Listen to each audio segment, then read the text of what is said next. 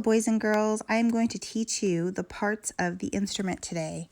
It is super important to know each part by their proper name. We're going to first start with the scroll. The scroll is this little swirly piece of wood up here, and it's honestly just for decoration. These are called the pegs. They're called the tuning pegs. Pegs are used to tune your strings.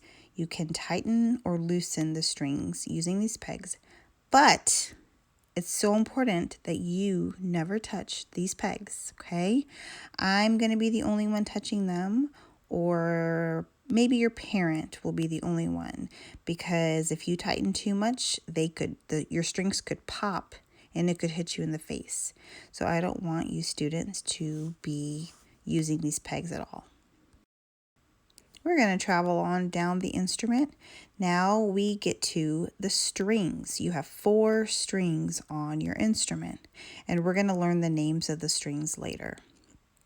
This black piece of ebony under the strings is called the fingerboard. And this is where your fingers are going to be pressing down on to make different notes.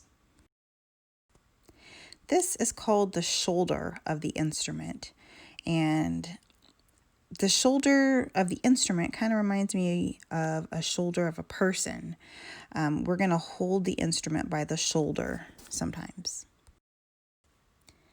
This is called the F-holes, and this is where the sound travels out from the instrument. When you play, this is like the speakers of your instrument.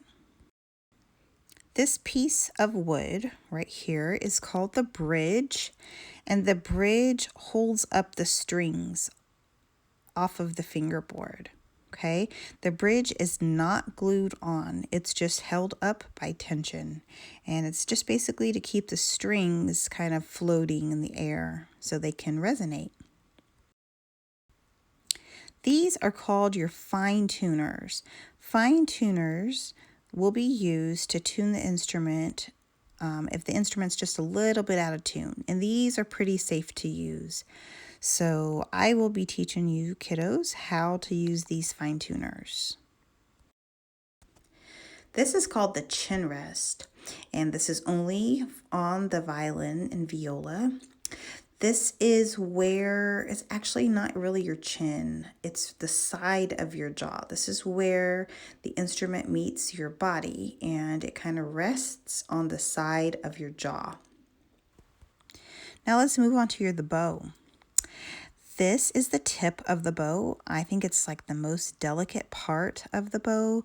You never, never, never want to hit or tap anything with this tip of the bow. You have the stick of the bow, and this is just a piece of wood that holds the hair onto the bow. This is called the hair, and the hair is made out of horsehair, and we use horsehair on a bow because horse's hair is super coarse. And this is called the frog of the bow. You're going to see that this is going to be where all of the tightening and loosening comes from the bow. And this little piece right here is called the screw, or you'll also hear it be called the tightening screw. And just like when we tie our shoelaces, this tightening screw is used to tighten up the hair or loosen the hair. But I will show you all of that later. All right, that concludes our instrument part lesson. I want you guys to study and remember all of the parts of your instrument. And on the Zoom calls, we are going to be testing you guys. All right, good luck. Have fun.